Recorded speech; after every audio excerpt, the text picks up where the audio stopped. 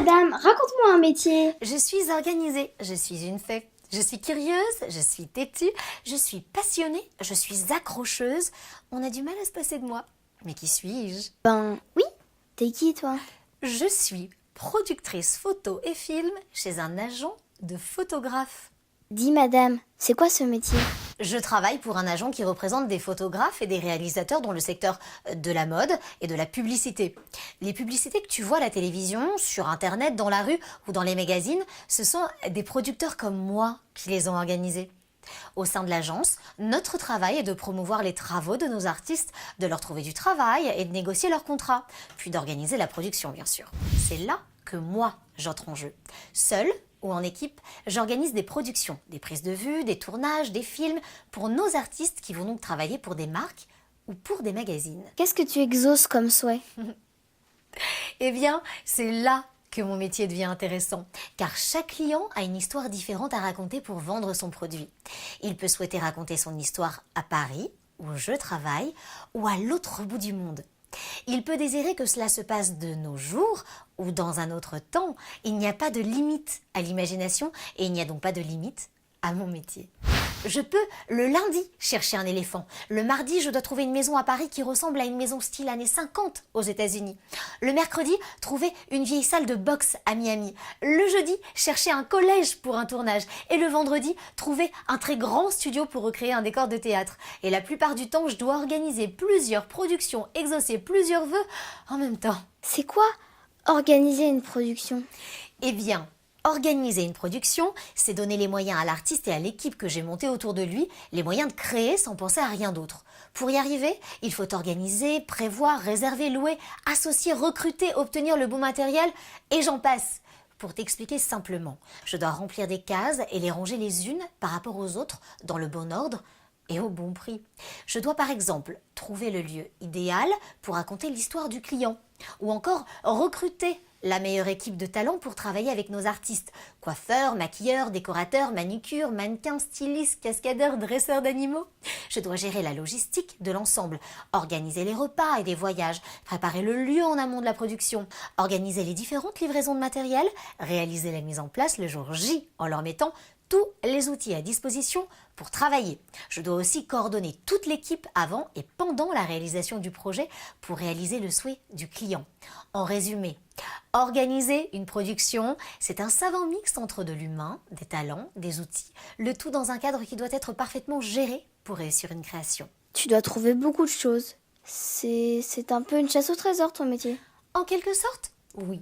Mais pas seulement, car le trésor, tu vois, c'est le client qui me le donne. Cela s'appelle un budget et je me dois de le respecter. Certains ont beaucoup de budget et d'autres moins. Mon métier consiste donc à trouver des solutions, trouver des partenariats, négocier les différents intervenants pour satisfaire la demande du client et réaliser le projet tout en tenant des comptes. La réussite d'un projet est artistique, mais elle est aussi financière, tu sais. Je suis la garante du cahier des charges et le budget en fait pleinement partie. Tu comprends mieux? Oui, un peu. Mais en fait, ça sert à quoi ton travail? Ça sert à satisfaire nos clients. Ils doivent nous reconnaître et nous choisir pour la qualité de nos prestations. Nous devons obtenir une qualité de travail irréprochable sur 2 axes. Artistique via les talents que nous représentons en étant leur agent, production via les équipes et la méthodologie mise en place autour du projet. Ça sert à satisfaire les artistes qui travaillent avec nous. Nous devons leur offrir les meilleures conditions de travail possibles pour qu'ils puissent donner le meilleur d'eux-mêmes en faisant parler leurs talents sans contrainte. Un travail réussi, c'est un client content, c'est un artiste qui réussit son œuvre. Si le client est satisfait, cela nous permettra de faire rayonner notre artiste et ainsi de lui assurer une bonne réputation dans notre secteur d'activité. Le client pourra demander à retravailler avec lui et pourra le recommander. En résumé, mon métier consiste donc à fidéliser le client, mais aussi à satisfaire l'artiste que nous représentons. Où tu vas le matin pour travailler? Je travaille dans un bureau à Paris avec un agent d'artiste et une autre productrice. Nous avons ponctuellement des étudiants en stage qui viennent nous aider pour la partie communication et marketing de l'entreprise. Comme nous créons de l'image, il est important que nous communiquions, ponctuellement ou au quotidien, sur ce que nous réalisons. Nous avons donc un site internet que nous devons tenir à jour, mais nous utilisons aussi les divers réseaux sociaux existants comme Facebook, Pinterest, Tumblr, pour être présents sur tout le marché.